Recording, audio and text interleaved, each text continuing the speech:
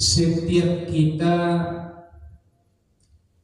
menginginkan akhir dari tiap sesuatu itu adalah hasanah. Apa saja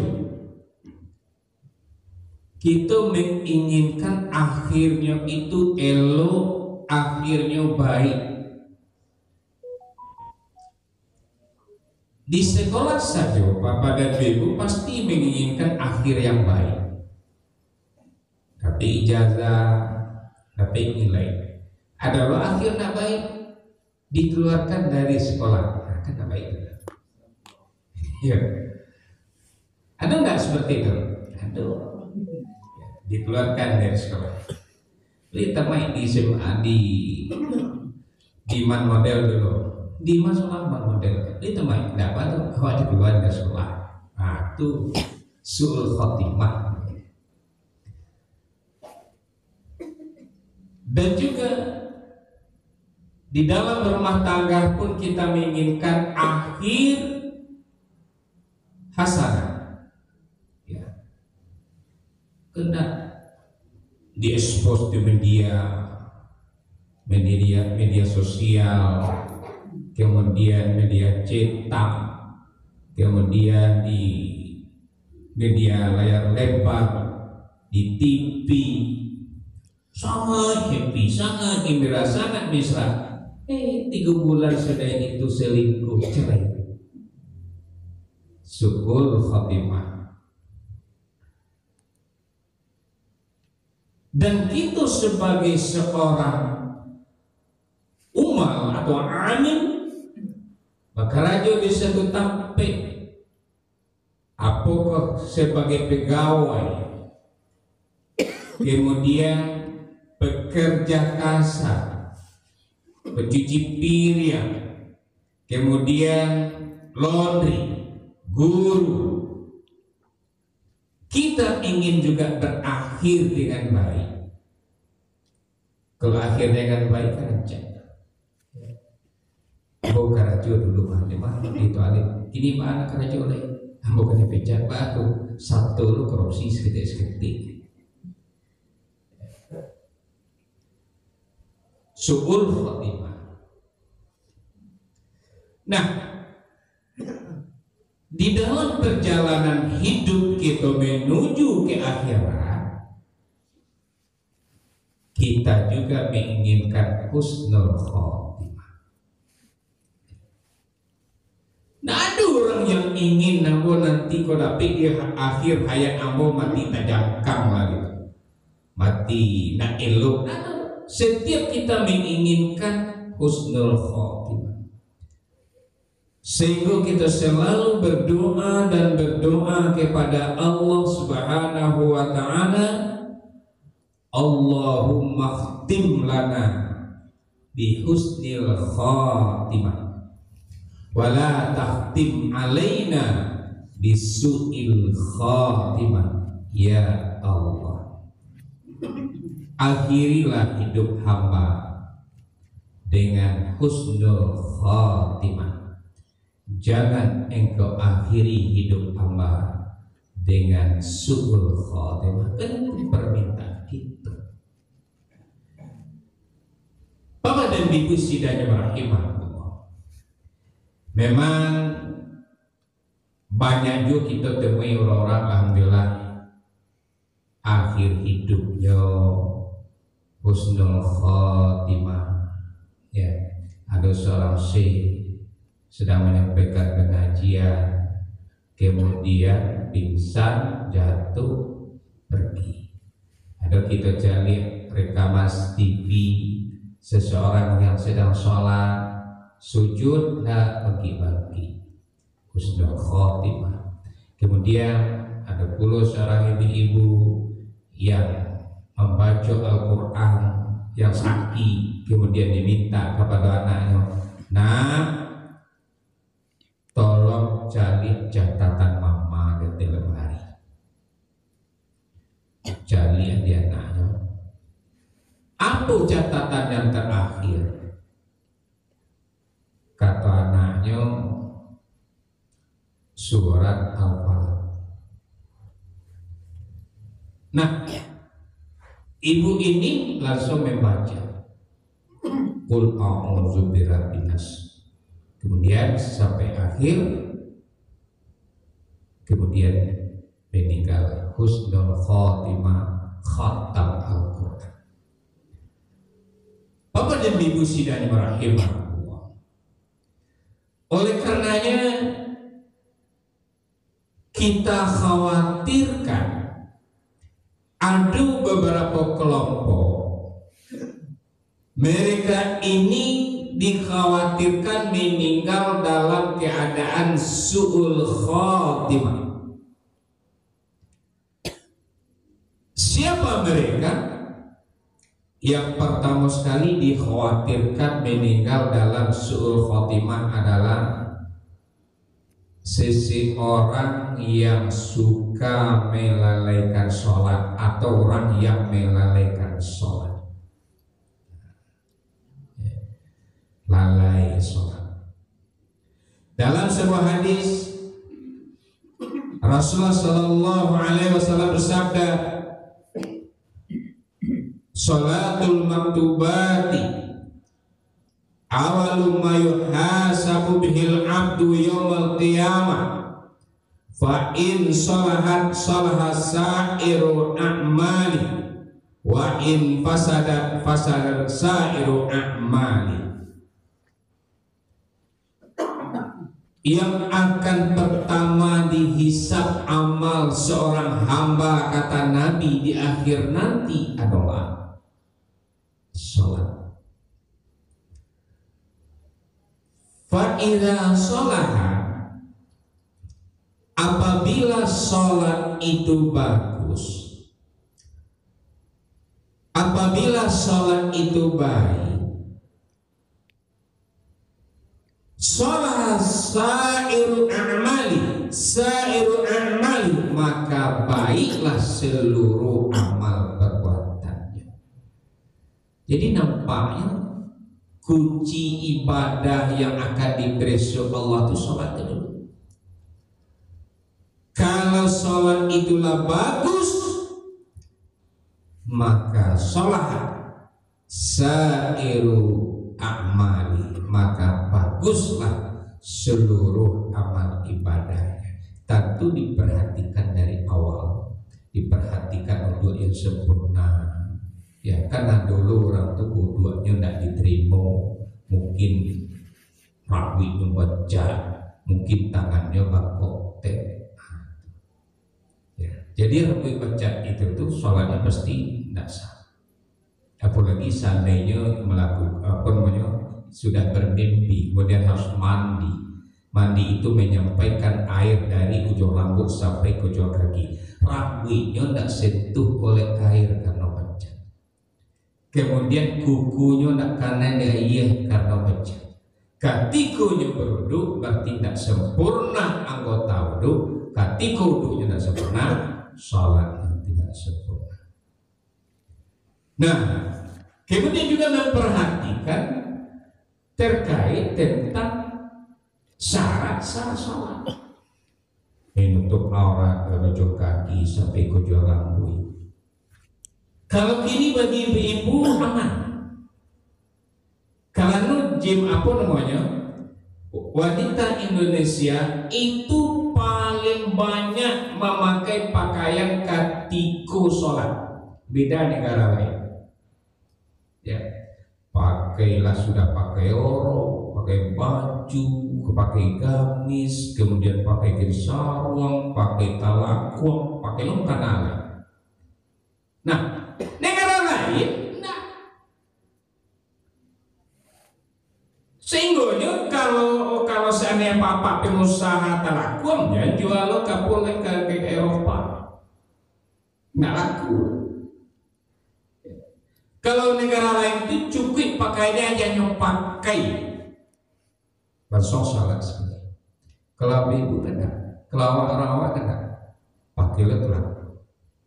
Nah, beda dengan laki-laki. Nah, laki-laki tadi. Ya, laki-laki keseluruhannya auratnya simpel, dari bawah lutut sampai ke TUC. Kan betul. Itu tuh non wajib ditutup, itu aurat. Nah, rupanya ada salah seorang sholat di biruku ketika sholat, ukuran pinggangnya 25, nyobalinya kawakunnya 35 ukuran pinggang. Ya, karena tabayang sudah. Jadi ketika sholat dia sanggup kuat, rampang tangga celana itu Pak. Sehingga ayah yang ada di Birugo itu salah seorang dari pengurus KPK pulang nih mencari celana anak tuh yang tangga bisa piang lain asal sholat ke celana yang tangga mereka sampai salam. Nah sudah salam hampir. Nah ketika anak sholat tadi bisa rukuk apa lihat celana anak tuh yang tangga lain sah sholatnya tuh. Rupanya anak kocok menang pengajian kok. Ya jawab lah, Pak. Kata Ustaz, aurat laki-laki itu kan di bawah lutut, kan dia pusing. Ketika mau buat pusing, lain tutui kau belakang terbuka lah. Kau di belakang terbuka lah. Yang terpusing lain tutui gitu. Nah, kan kalau mak dingin saya bareng mau.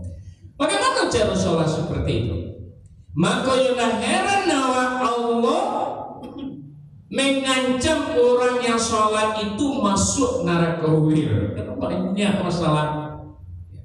Bukan hanya sekadar mengajuan saja, bahkan ketika di kerajuan pun diancam dakwah. Nah, mana tadi itu? Maaflah bagi kita laki-laki. Kalau kita tidak hati-hati dengan kebersihan, sholat itu pasti tidak sah. Ya, maaf, apalagi yang biasa kerajaan tegak, pakai celana panjang. Ya, kalau kini kok kan lah buat modern sadonya. Kalau dulu kan tidak pakai modern, tercak ayam itu. Nah, sudah itu kemudian dirikan sholat, pakai itu. Nah, ketaraso tuh. Percak air keraya itu kakak kiawaan itu celana panjang.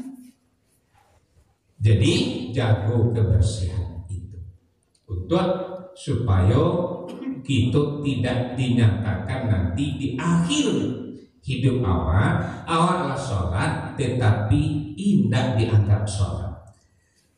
Fi jannatin yatasa'alun ma salakakum fi saqar. Di dalam surga mereka bertanya-tanya kenapa kamu transit di dalam neraka sakar. Jadi aduh Pak, kurang kok transit nanti. Bukan kini saja. Kini awak baik ke Mesir, transit di Malaysia dulu. Transit di Dubai. Kemudian ada transit di Qatar, tergantung negara mana yang kita naik. Yang jalan di Dubai pasti transit. Ya, ada yang transit 6 jam, ada yang transit 8 jam, ada transit 2 jam.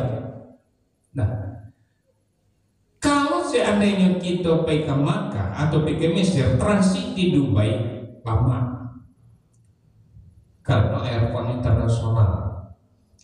Kemudian di situ tuh bebas bea cukai, barang mewah-mewah ada situ. Kalau untuk istilahnya mencuci matu, iyo ingin tidak keluar dari situ. Hanya sekarang mencari ada. Kalau dibeli tidak cukup. Tapi kalau nanti transitnya di neraka, fi jannatin yatasaalun, di dalam surga mereka bertanya-tanya masalah kakum fisakar. Kenapa kamu transit di dalam neraka sakar, masuk ke dalam neraka sakar? Qalu lam naku minal musholli. Kami dulu tidak sholat.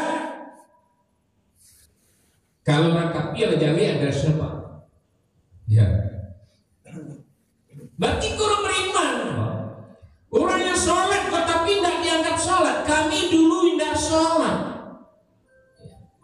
Lain sholat tetapi tidak sesuai dengan ketentuan sholat, mulai dari bersucinya,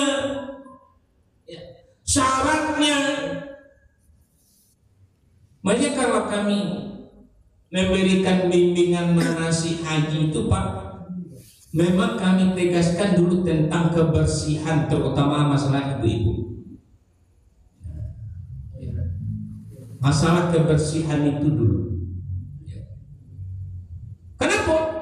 Ketika kebersihan itu tidak sempurna, wudunya tidak sempurna, tidak sholat saja tidak sempurna, tawafnya tidak sempurna, tawaf tidak sempurna, umrohnya tidak sempurna. Kalau seandainya hajinya tidak sempurna, kan banyak haji itu, banyak masalah haji itu gara-gara kebersihan. Makanya kami kalau memberikan bimbingan manasik haji, bagian fikih hajinya itu terkait fikih wanita itu menekankan masalah kebersihan. Banyak masalah beko sampai yo hajinya tidak sah, sampai umrah tidak sah, haji tidak sah. Banyak masalah karena haji itu haji tamattu. Umrah dengan haji itu satu paket. Ya, jadi Bapak dan Ibu sidang rahimahullah,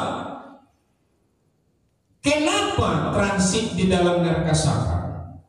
Karena kata mereka, kami dulu ingat sholat,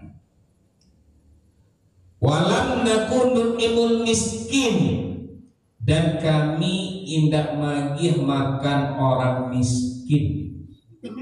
Karena pilih kaji balapi hari hujan payung di kapi tasasak sepeda diri makan ayam kalau sakit. Ya, kini kan musim-musim hujan.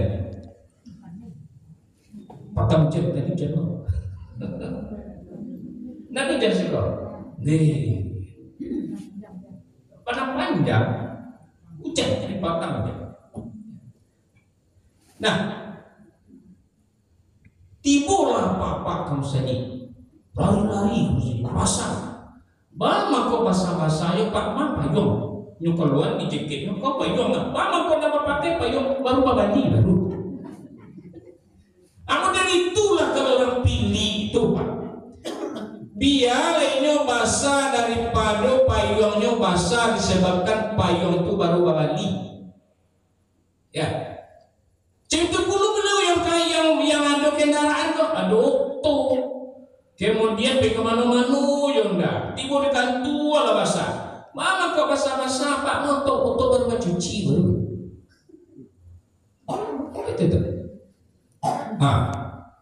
ini Bapak dan Ibu sidang rahimahullah, ternyata orang yang bakhil, orang yang pilih itu transit nanti dalam narkoba. Ambo tidak terbayang bagaimana orang yang mempunyai fikih banyak-banyak Tuhan, baca rohnya nanti mempertanggungjawabkan di hadapan Allah. Sudahlah fikih banyak triliunan, kemudian pilih kerja balapi, karena itu anak presiden yang terkaya 500 triliun, 300 triliun, 200 triliun, kemudian 500 M sekian M, akan ada cerita udah itu terbayang lewat 500 triliun itu kalau dibagian ke rumput berapa banyak? Ya sudah itu acaranya nanti mempertanggungjawabkan di hadapan Allah. Sudah itu pilihlah. Wa kunna nakhudu ma'al khaidin, dan kami termasuk kelompok pencemooh. Jadi Bapak dan Ibu, PCI ko rupanya nak lo akhir hidupnya. Ya, kelompok pencemooh. Orang rajin ke surau, sok-sok rajin masuk seruku. Kamu Pak Haji, baiklah musaji situ Pewalah, labian saya Pak Haji. Kalau seandainya aku nanti masuk naraku, kan kemudian di naraku turuna, apa kamu awak dalam surga? Maka cuma mau. Wa kunna nakhudu ma'al khaidin, dan kami termasuk kelompok-kelompok pencemooh. Nah, jadi kelompok-kelompok pencemooh itu tuh berakhir nanti dengan su'ul khatimah. Nah, makanya kata Nabi, muru auladakum, perintah anak-anakmu sholat kalaulah bau muah 7 tahun, suruh. Sebenarnya anak-anak itu tuh diindani suruh panah, tapi kita mengerajokan dicontoh. Cino, nah ke Cino, bagaimana seorang ayah mendidik anaknya supaya hormat kepada amaknya. Seorang ayah, dia nanya suruh deh, nah hormati ibu, suruh. Nak salami mama, nah suruhnya. Nak beri makan kepada ibu dulu, nah. Tetapi nyocalian sebagai seorang ayah ke hadapan anaknya, utamakan ibu anak dulu. Jadi ketika ambil makanan, anak laki-lakinya umur 3 tahun, umur 4 tahun ada di samping istrinya, ambil makanan, dia ke istrinya dulu. Besok suami ibu ambil makanan, kemudian anak kok dia dulu, ke istrinya dulu. Kemudian besok seperti itu. Jadi satio inyo akan magia makanan, indah anaknya dulu, tapi istrinya dulu. Ibu dari anak kok, istrinya dulu. Nah, nyo perhatikan tadi. Kemudian pada suatu hari barulah diajar ke anak laki-laki.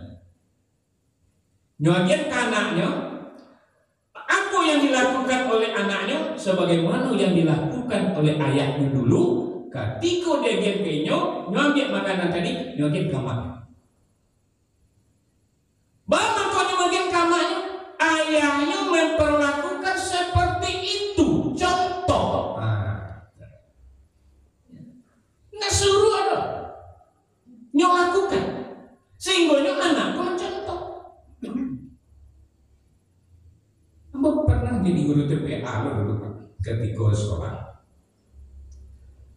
Ketika didikan subuh, pasti kita tanya, siapa yang tidak salat subuh?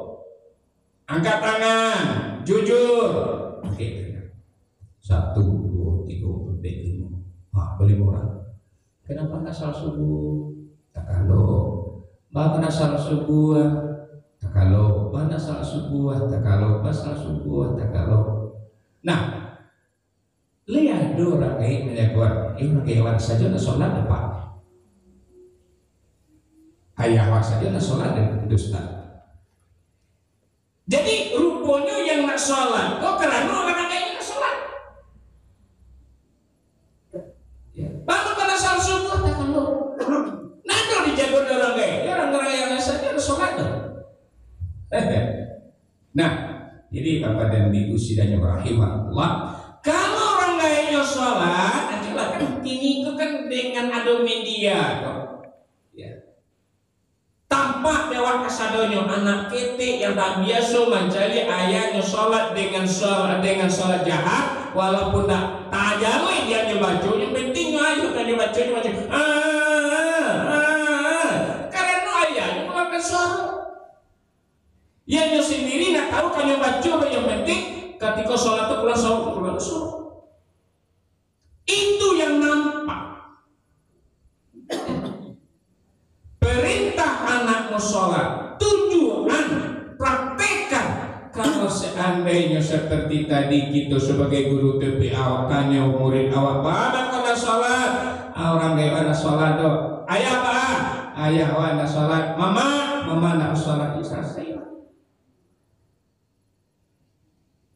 Nah, Bapak dan Ibu sidang rahimahullah, kalau sudah umur 10 tahun juga tidak sholat, pukul.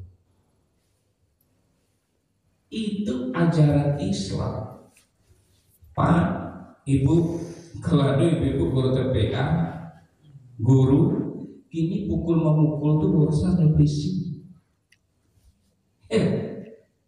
Dia coba-coba pukul memukul, cubit-cubit ya. Urusan revisi. Karena ada tuh guru SMK waktu sholat zuhur. Nah, lah disuruh tertib, disuruh masuk saf. Nyoba lagi nyoba, dipicik gurunya. Lalu apa tuh selama 3 bulan? Jadi Bapak dan Ibu sidang yang rahimahullah, kalau seandainya ada orang yang namu menunjuk anak awak sholat, itu dikaduan ke polisi. Jadi Pak Amin tahu apa? Seharusnya awak yang menyuruh. Kan model gini lah, model kami di Tuhan. 24 jam anak itu sama kami. Pagi, siang, malam. Orang kayaknya di Batam, orang kayaknya di Jakarta, orang kayaknya di Palembang, di Jambi, di Bengkulu. Kan itu kan sanksi malah timur orang kayaknya. Kira-kira. Inyo saja nak kalau menjadi anaknya saran kawan. Melanggar aturan di saat anaknya melapor ibunya dari Jambi, ibu Jakarta, kira-kira berarti itu.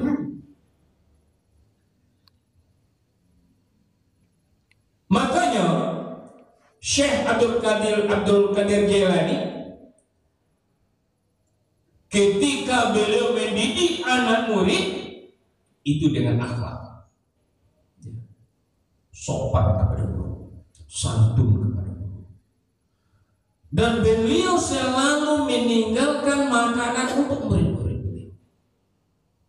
Dan murid beliau tadi pun semangat mengambil makanan yang ditinggalkan oleh guru.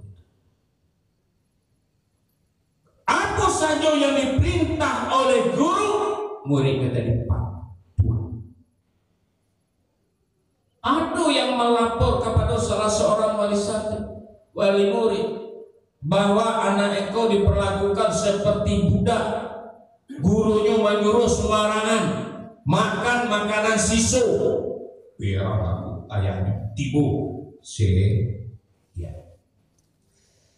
anak aku mau pulang, silakan, kata Syekh Abdul Qadir Jailani tadi, silakan dibawa anak kau, ya ambo nak pulang. Ndak pulang loh ya, beraja lama di sekolah. Pokoknya pulang. Nah, kalau basuh-basuh di kampung pesisir pulang, kata dia pulang, akan belum ditutup. Jadi pulang. Di dalam perjalanan ditanyalah anakku oleh ayahnya tadi. Dape, ditanya cik, dape, ditanya cili, dape, ditanya cili, dape. Sadarlah bahwa anaknya itu apa yang diajarkan oleh Syekh. Kami diajarkan tentang beradab, tentang ihtiram kepada guru. Dan Syekh itu selalu menyiapkan makanan, kemudian meninggalkan makanan untuk kami. Dan kami kalau seandainya disuruh merupakan satu penghormatan bagi kami dan kami bangga. Itu yang dilakukan gontor begitu. Jadi gontor itu kalau seandainya ada gurunya menyuruh satu kebanggaan, itu. Ya. Nah, jadi ditanya, akhirnya orang tua tadi menyesal. Udah jadi pulang kembali ke tempat Syekh Abdul Qadir Jailani tadi. Syekh, ambo mohon maaf, ambo bilang. Karena ada yang menyampaikan kamu yang bukan benar. Kini tolong terima anak boleh. Aku jawaban Syekh dengan mantap. Tidak ada lagi tempat di sini. Batu Syekh. Karena Allah sudah menutup keberkahan ilmu dari guru. Oh, jujur. Allah telah menutup keberkahan ilmu yang diberikan ke murid gara-gara orang tua tidak percaya kepada guru. Kan gara-gara tak percaya. Jadi Allah akan membuka keberkahan kenyoleh.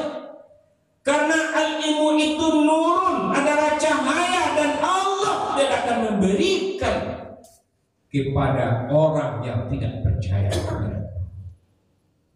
Makanya ibu-ibu, kalau ingin ilmu kita berkah ditampai anak kita beraja, jangan timbulkan kecurigaan kepada guru. Iko guru kon seketik kita piti seketik jalan-jalan. Inyo ingin berjalan-jalan sudah tua awak suruh menyembah. Kan kecurigaan namanya. Kau tidak tahu kenapa? Apakah anak itu sanggup kini meraja besok meraja besok meraja besok meraja? Error kan? Harus ada yang rasanya. Piti guru tuh kemana ya? Enggak lah, minta. Wah, terjadi hal-hal yang tidak diinginkan, langsung dituding. Inyo yang ingin jalan-jalan sudah tuh dimintaan piti kawali murid. Lama dia awal, saya mengira terguru.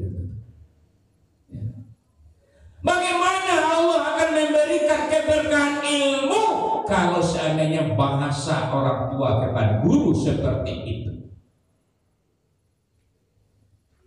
Makanya Abdul Qadir Jailani tidak mau menerima murid yang orang tuanya tidak percaya kepada guru. Tutup. Percuma. Ya. Kenapa? Apa yang percaya kamu? Apa curiga kamu? Kalau mau dia pun ilmu nak berkah nak dapet bau kan? Dan aku juga sampaikan kepada guru-guru di sekolah. Sampai kepada kepala sekolah. Kalau seandainya ada guru, ada wali santri yang tidak percaya lagi kepada kita, jauh-jauh atau datang dari Jambi, datang dari Batam, gara-gara menerima laporan dari anaknya sudah itu macam-macam usia sila. Lagi sih cepat usure cara ini. Kapan perlu tarak tiga ya saat ini. Jadi Bapak dan Ibu sidang rahimah Allah.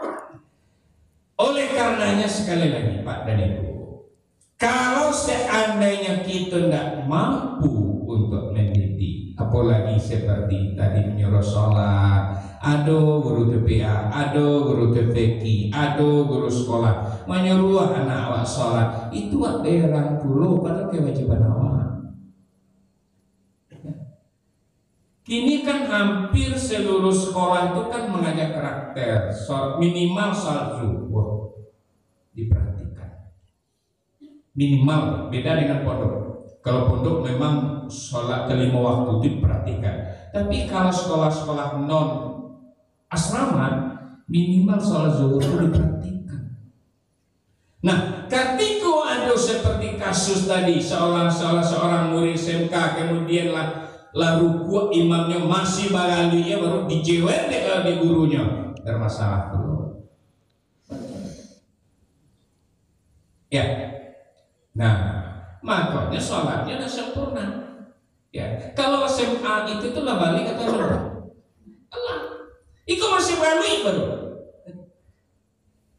Ya, jadi Bapak dan Ibu sidang rahimahullah, itu yang pertama. Dikhawatirkan seseorang tadi berakhir dengan su'ul khatimah, lalai melakukan sholat. Yang kedua, taswif apa?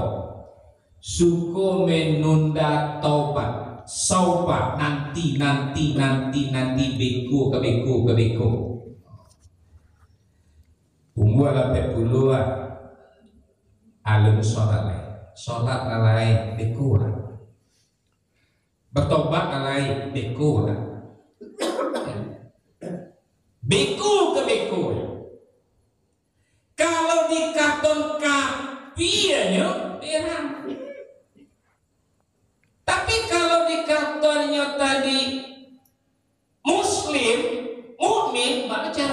amalan-amalan ada. Nah, ketika malaikat Israel datang dan dia masih dalam melakukan maksiat, bisa nggak kita mengatakan ini husnul khotimah? Tidak. Ya. Contohnya dalam surah Al-Maidah ayat 90,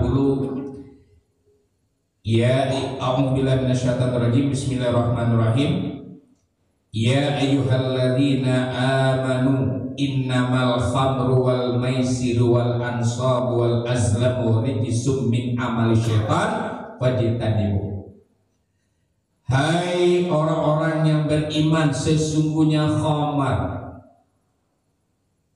berjudi, bertenung, mengundi nasib, najis, perbuatan setan jauhi.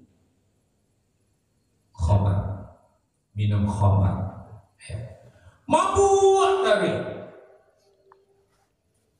Apakah ini tadi minum minuman keras, apakah narkoba atau ganja, tingkat sepi namanya lem, cap kambing, cap kapak, macam-macam. Terus melakukan, indah yo bertobat. Sehingga aku masih mana mungkin di padang panjang kalau apa-apa umur 70 tahun itu masih menenteng botol minuman sampai kini naik sholat. Kemudian judi, rupanya judi kok ndak otang-otang buang dok. Ini ada namanya judi online yang apa namanya di backup ada 10 apa nama 10 jaringan yang 1000 banyaknya. Itu yang memang-nya adalah orang-orang hebat. Ya. Judi mungkin heran apa maka khusyuk mana. Assalamualaikum nyanyi yang saja. Assalamualaikum nyanyi yang saja. Indah guru, indah pegawai, indah tukang moci.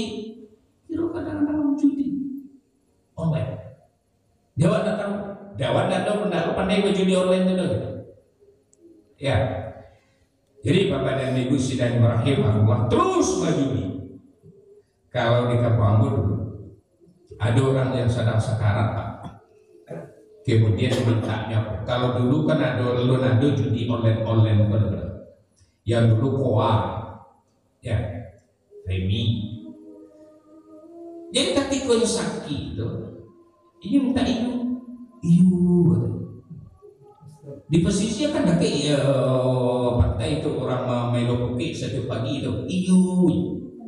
Di anaknya kayaknya ke pantai nyoba lila iu, nyoba riang, nyogulai, nyopangi, nyobakar, nyolatan lah di timingnya ada kok ayah sakit tadi.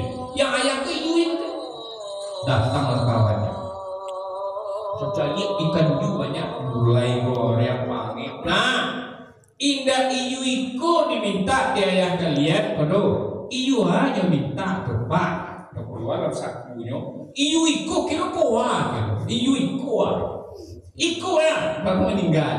Su'ul khotimah. Ya. Kenapa? Karena nyolah berakhir lah apa namanya umur lah yang 40, kemudian taswifnya baru beko ya. Su'ul khotimah.